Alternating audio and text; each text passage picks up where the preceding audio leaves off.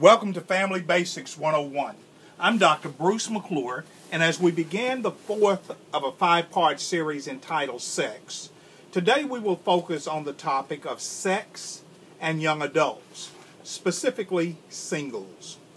Someone said years ago that it is difficult, if not impossible, to tell grown people what to do.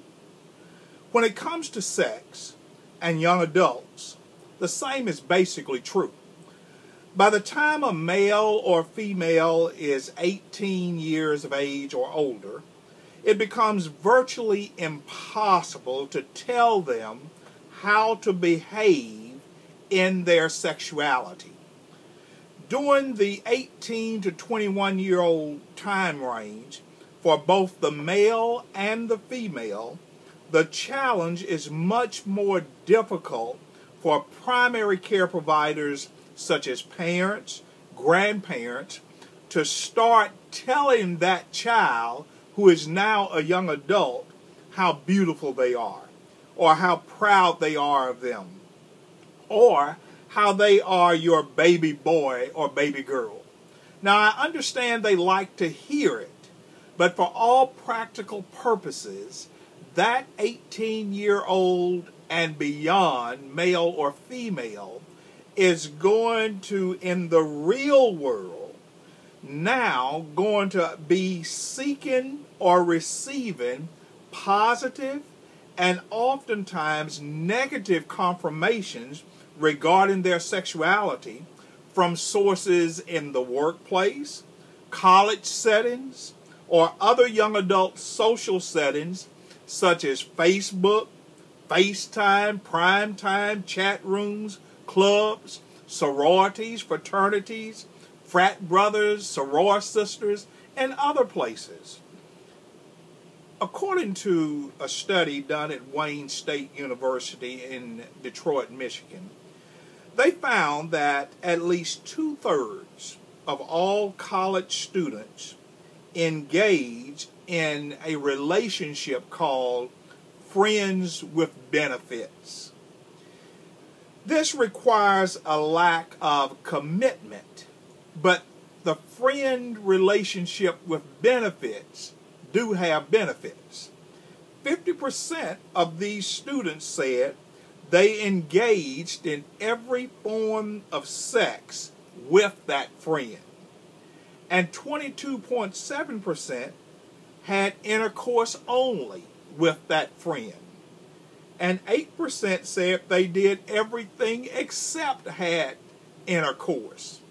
So the friends with benefits is done a lot on college campuses, and when the child exits the home of mom and pop or grandmother, the primary care providers, for the most part, the child now seeks affirmation and relationships, whether they are healthy or unhealthy, outside the home.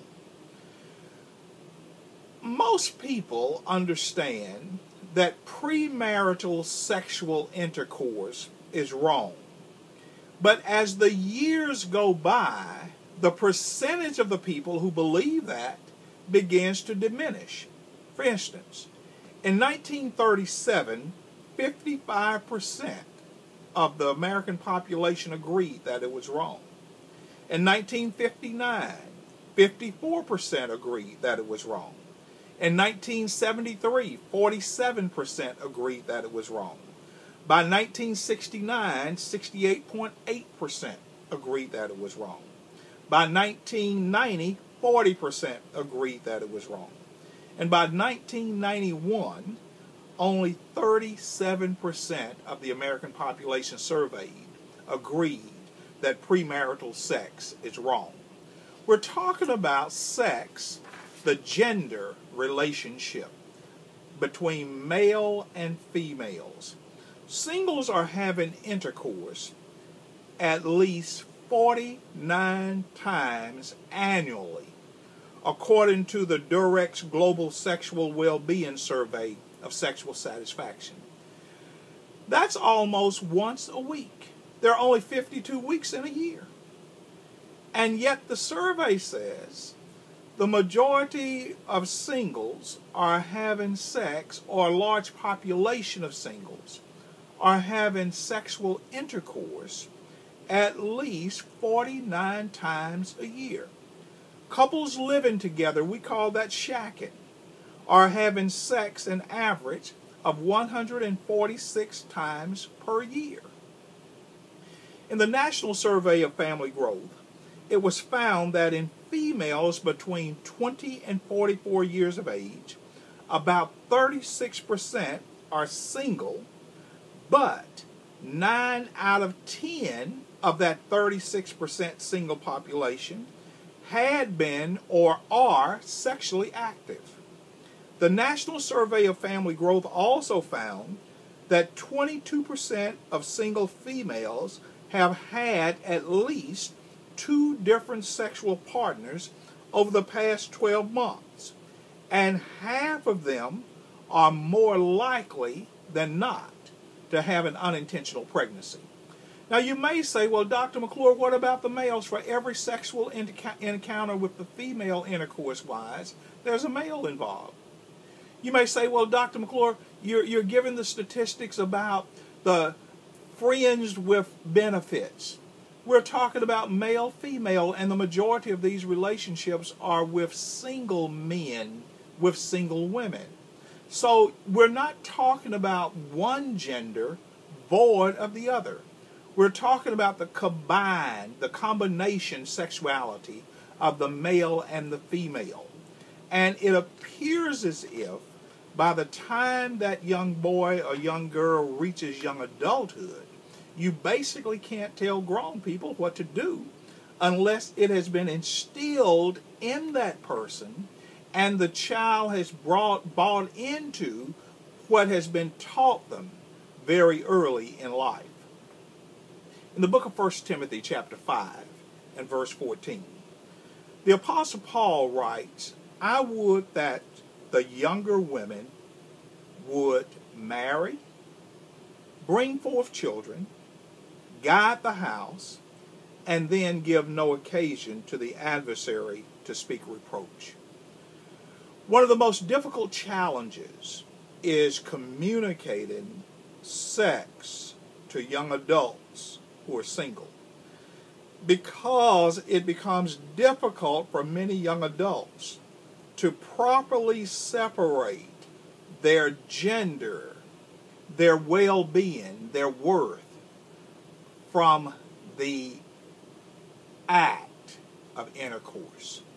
Somehow it has been normed into many singles that healthy sexuality means healthy sexual activity. And that's not what the Bible teaches. The Bible says to singles, marry first, then become sexually active, and then be the manager of a home. And in doing so, you give no occasion for the adversary to speak reproachfully about who you are. So many times as young adults, it is expected that if you're going to be someone, that you've got to be sexually active. That's not really true. And the best place to start instilling the truth about sexuality is not when the person is 18, 20 years old, but when the person is in infancy. I'll see you back in class again next time. Don't be late, and don't skip class.